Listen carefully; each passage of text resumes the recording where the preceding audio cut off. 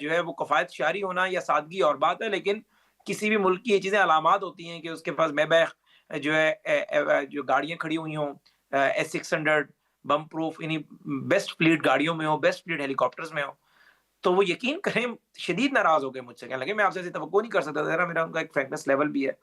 تو عرض یہ کہ شہباز شریف صاحب کے حوالے سے تو میں اپنی عزیز ترین چیز کی قسم کھا کے کہہ سکتا ہوں کہ وہ شخص اس کے انہیرٹ میں ہے یہ چیز کہ وہ کفایت شعری کو جو ہے وہ فروغ دیتے ہیں، بلکہ اکثر اوقات میں کہہ دیتا ہوں کہ آپ کی اسکول آف تھاٹ جو ہے وہ سوشلزم اسکول آف تھاٹ پہ آپ چلے گئے، یعنی اس حد تک جو ہے وہ غریب کے بارے میں اور متوسط طبقے کے بارے میں سوچتے ہیں۔ تو مزید بھی شہباز صاحب کے جو اقدامات ہیں، یہ ہائی آکٹین والا ہو گیا، سرکاری گاڑیوں میں باقی جو ہے وہ ہائی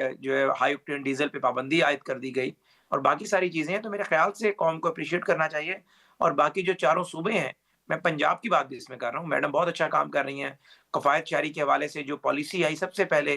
پائنیئر مریم نواز صاحبہ تھی، انہوں نے کہا کہ ہم یہ چیزیں کریں گے، لیکن باقی صوبوں کو بھی آگے آنا چاہیے اور میں سمجھتا ہوں کہ چاروں وزراء اعلیٰ کو میاں شہباز شریف کی تقلید کرنی چاہیے۔ اچھا یہ بھی بتائیے گا، یہ جو سیاسی صورتحال کے حوالے سے اگر دو سوال میں آپ کے سامنے رکھوں، ایک تو حال ہی میں جو عمران خان کی بیٹوں کے ساتھ ٹیلی فونک گفتگو ہوئی اور انہوں نے بعد میں جو ایکس پر پوسٹ بھی کیا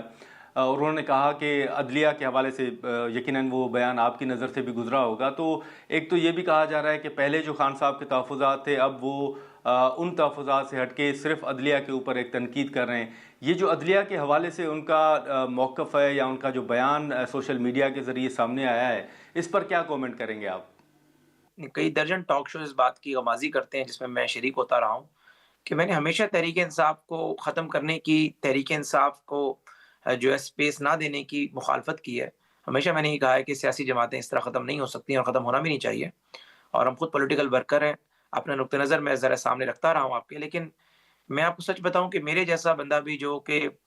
سیاست کے اندر بردباری، سیاست کے اندر سپیس کا قائل ہے اور جو یہ سمجھتا ہے کہ کرسی بڑی ٹیمپریری ہوتی ہے،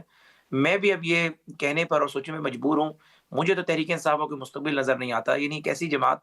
جو اگر پاکستان، پوری دنیا کہہ رہی ہے کہ پاکستان ثالثی کر رہا ہے، آپ خود ایک جرنلسٹ ہیں، کریڈیبل آدمی ہیں، آپ کو پتا ہے رائٹرز کی کیا کریڈیبلٹی ہے پوری دنیا میں، رائٹرز اس کو انڈورس کر رہے ہیں، فائنینشیل ٹائمز اس پہ بات کر رہے ہیں،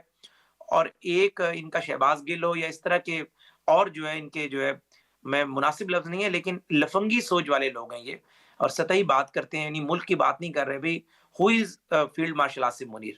ہو از شہباز شریف، دونوں کے نام کے ساتھ پاکستان آتا ہے، یعنی پاکستانیت ترقی کر رہی ہے، پاکستانیت کی عزت بڑھ رہی ہے، اور آپ بجائے یہ کہ اس پہ ایک مثبت بات کریں، لیکن آپ نے اتنی نفرت بھر دی ہے۔ میں سمجھتا ہوں کہ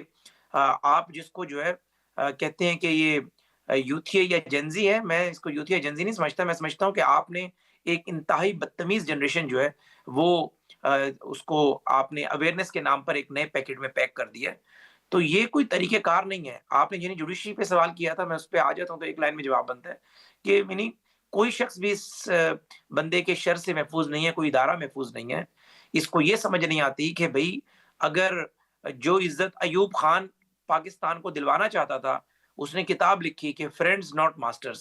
لیکن وہ اس کا خواب تھا جو شرمندہ تعبیر عاصم منیر کے دور میں آ کر ہوا ہے، اور واقعی پاکستان نے ثابت کیا امریکہ کو کہ ہم آپ کے غلام نہیں دوست بننا چاہتے ہیں، اور امریکہ نے اپنا دوست بنایا ہے۔ اور کہاں امریکہ،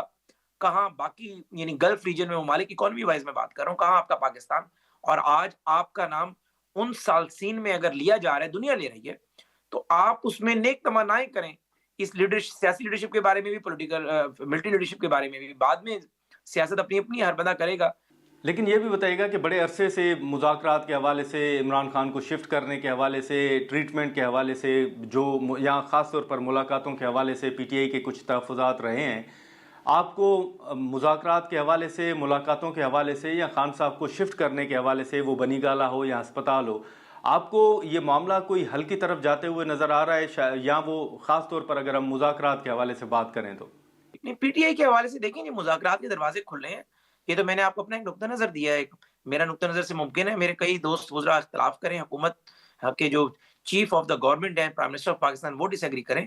بٹ یہ میرا ایک نقطہ نظر ہے۔ لیکن مذاکرات کے حوالے سے شہباز صاحب کا واضح موقف ہے کہ مذاکرات کے دروازے ہر وقت کھلے رہنے چاہیے، اور مذاکرات ظاہر ہے تحریک انصاف کے اس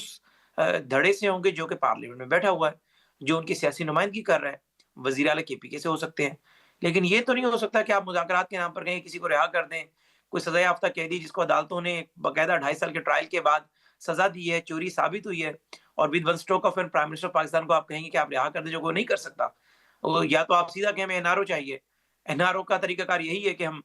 اس معاملے کو پارلیمنٹ میں لے کر جائیں، کوئی نئی قانون سازی کریں، کرمنل پروسیجر کوڈ کو چینج کریں، عدالتوں سے اختیار لے کے پارلیمنٹ کو دے دیں، اور کسی بھی سزا یافتہ قیدی کو پارلیمنٹ جو ہے وہ NRO دیتا پھرے. ادروائز مذاکرات کے راستے کھلے ہوئے ہیں. جو مذاکرات پولیٹیکل ایشوز پہ تحریک انصاف کرنا چاہے گی ہم کریں گے، اور بلکہ اگر وہ نہیں بھی کرنا چاہے گی ہم تب بھی ریکویسٹ کریں گے کہ آپ ہم سے مذاکرات کریں. یہ دو ڈیفرنٹ چیزیں ہیں. لیکن اگر آپ اسے ریلیٹ کریں گے اور کنڈیشن لگائیں گے کہ پہلے بانی پھر مذاکرات، تو بانی تو 2041 تک ہے اندر، اس کے بعد پھر کر لیں گے، کوئی ایسی بات نہیں ہے.